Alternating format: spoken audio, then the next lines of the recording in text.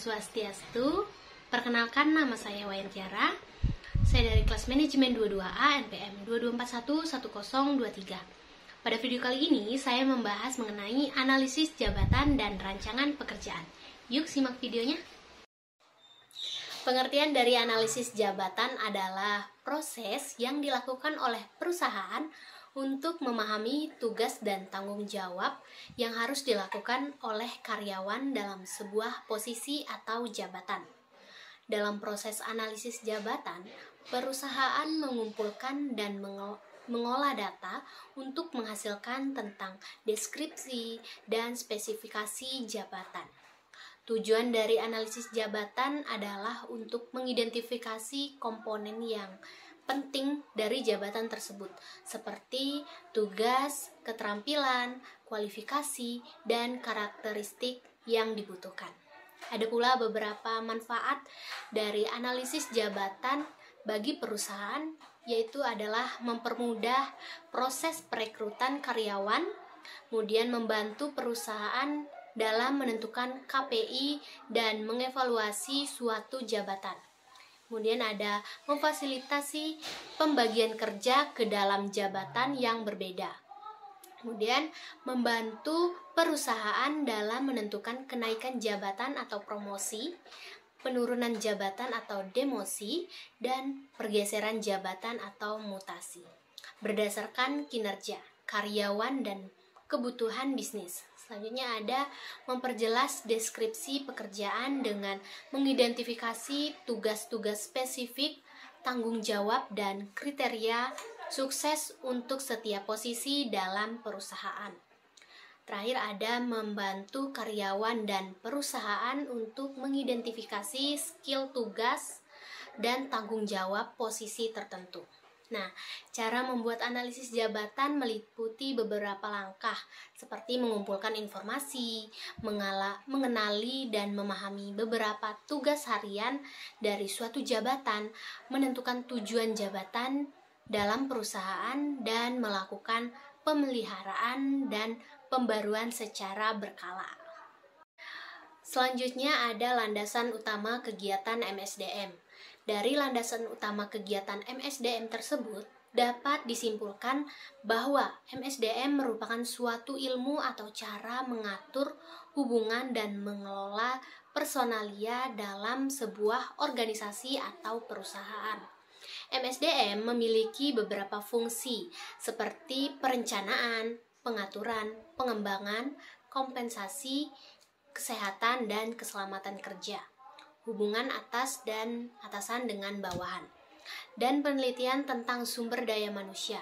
Tujuan MSDM adalah untuk meningkatkan kontribusi sumber daya manusia terhadap organisasi, meningkatkan efektivitas sumber daya manusia dalam organisasi, meningkatkan kualitas karyawan, meningkatkan kepuasan karyawan, dan meningkatkan efisiensi dan efektivitas organisasi.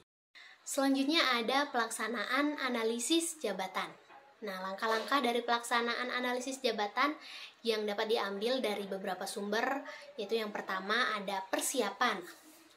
Biasanya melakukan perencanaan proses analisis jabatan untuk membentuk tim yang akan melakukan analisis jabatan, kemudian menentukan daftar pertanyaan dan melakukan wawancara untuk mengumpulkan data jabatan.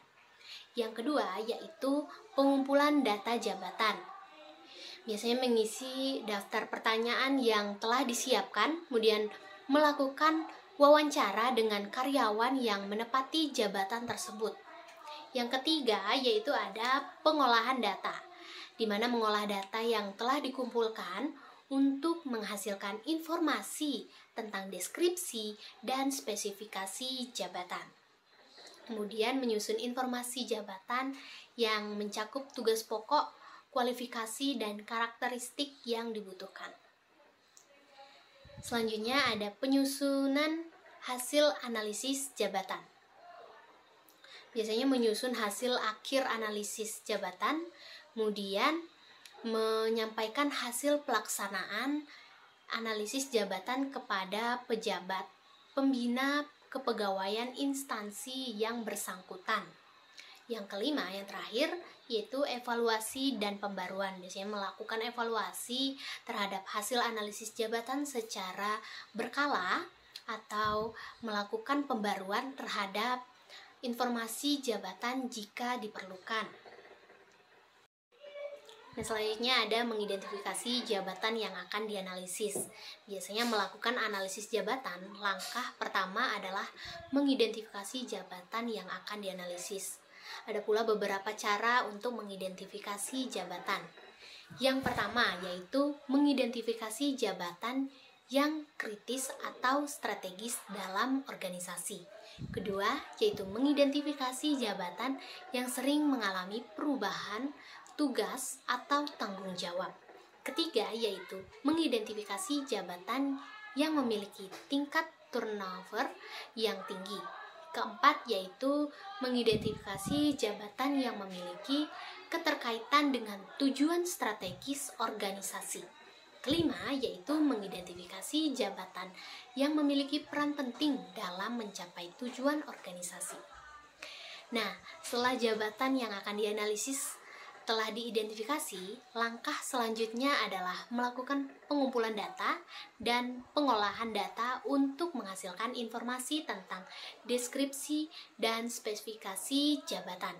Biasanya hasil analisis jabatan dapat digunakan untuk sebagai keperluan seperti perekrutan karyawan, penentuan KPI, penentuan kenaikan jabatan, dan evaluasi kinerja karyawan.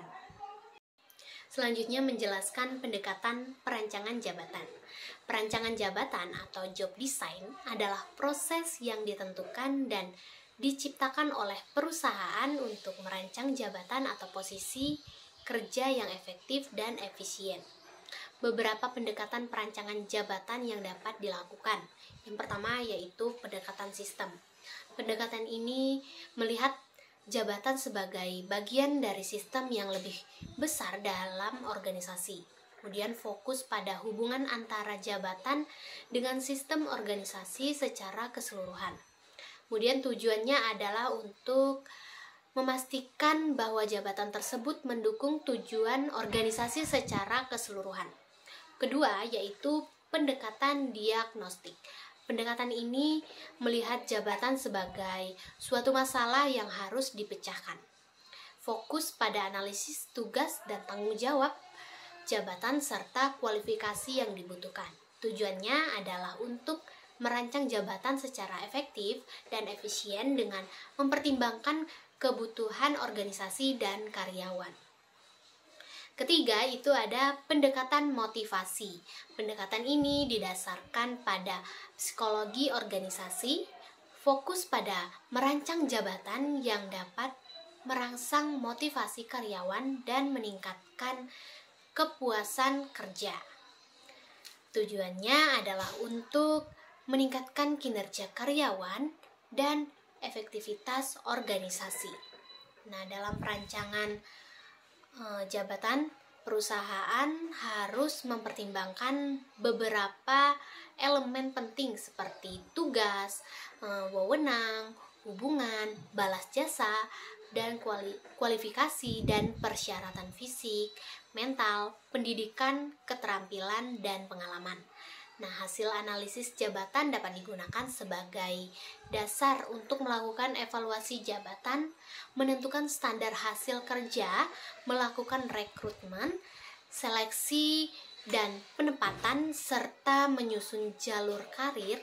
Dengan melakukan perancangan jabatan yang baik, perusahaan dapat meningkatkan efektivitas dan efisiensi organisasi, meningkatkan kualitas dan kepuasan karyawan, serta meminimalkan resiko terjadinya kesalahan dalam pelaksanaan tugas dan tanggung jawab jabatan. Selanjutnya menjelaskan teknik perancangan ulang pekerjaan. Perancangan ulang pekerjaan atau job design adalah tindakan untuk mengatur ulang dan merestrukturisasi peran tugas dan tanggung jawab pekerjaan agar lebih efektif dan efisien. Berikut adalah beberapa teknik perancangan ulang pekerjaan yang dapat dilakukan. Yang pertama itu ada simplifikasi pekerjaan. Teknik ini dilakukan dengan cara menyederhanakan atau memecah pekerjaan menjadi bagian-bagian terkecil. Tujuannya adalah untuk mempercepat pelaksanaan pekerjaan dan meningkatkan efisiensi.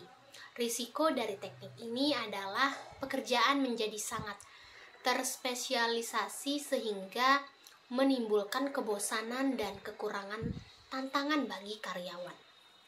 Kedua, ada rotasi pekerjaan. Teknik ini dilakukan dengan memindahkan karyawan, tugas, dan pekerjaan yang berbeda dari yang saat ini mereka kerjakan. Tujuannya yaitu adalah untuk mengurangi kebosanan dan meningkatkan kepuasan kerja karyawan.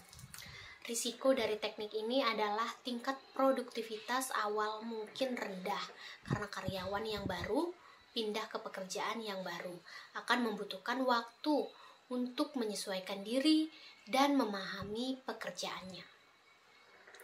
Yang ketiga, ada perluasan pekerjaan. Teknik ini dilakukan dengan menambahkan tugas yang dikerjakan oleh karyawan. Tujuannya adalah untuk memberikan tantangan baru kepada karyawan dan mengurangi kebosanan. Resiko dari teknik ini adalah karyawan mungkin merasa terbebani dengan tugas-tugas tambahan dan kinerja mereka mungkin akan menurun. Keempat, ada pengayaan pekerjaan. Teknik ini dilakukan dengan menambahkan tugas dan memberikan lebih banyak otonomi dan fleksibilitas pada karyawan. Tujuannya adalah untuk meningkatkan motivasi dan kepuasan karyawan. Resiko dari teknik ini adalah karyawan mungkin merasa terbebani dengan tugas tambahan dan tanggung jawab yang akan lebih besar.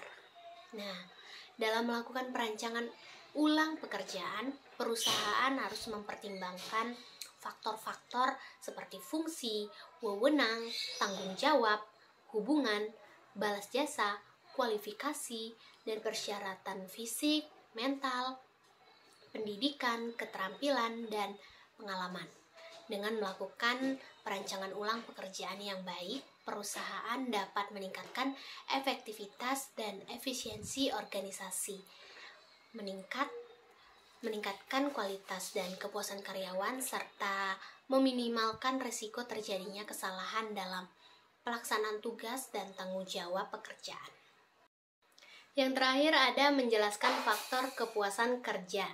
Faktor-faktor kepuasan kerja adalah faktor-faktor yang mempengaruhi kepuasan atau ketidakpuasan karyawan terhadap pekerjaannya. Ada beberapa faktor kepuasan kerja yang dapat mempengaruhi kinerja karyawan. Yang pertama itu ada jenis pekerjaan. Nah, jenis pekerjaan yang menarik dan menantang dapat meningkatkan kepuasan kerja karyawan. Pekerjaan yang monoton dan membosankan dapat menurunkan kepuasan kerja karyawan. Yang kedua ada rekan kerja. Hubungan yang baik dengan rekan kerja dapat meningkatkan kepuasan kerja karyawan.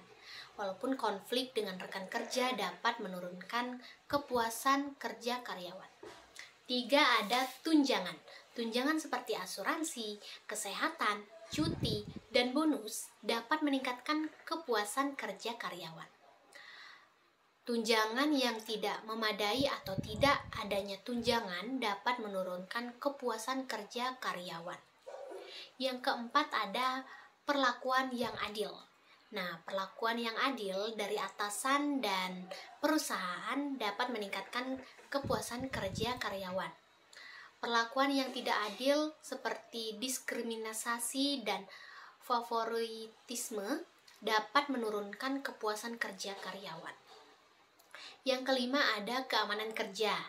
Karyawan yang merasa aman dalam pekerjaannya dapat meningkatkan kepuasan kerjanya. Sedangkan karyawan yang merasa tidak aman dalam pekerjaannya dapat menurunkan kepuasan kerjanya. Yang keenam ada gaji. Nah, gaji yang memadai dan sebanding dengan tugas dan tanggung jawab yang dapat meningkatkan kepuasan kerja karyawan. Sedangkan jika gaji yang tidak memadai atau tidak sebanding dengan tugas dan tanggung jawab dapat menurunkan kepuasan kerja karyawan. Dari faktor-faktor kepuasan kerja karyawan tersebut dapat kita simpulkan bahwa kepuasan kerja karyawan dapat mempengaruhi kinerja karyawan dan produktivitas perusahaan secara keseluruhan.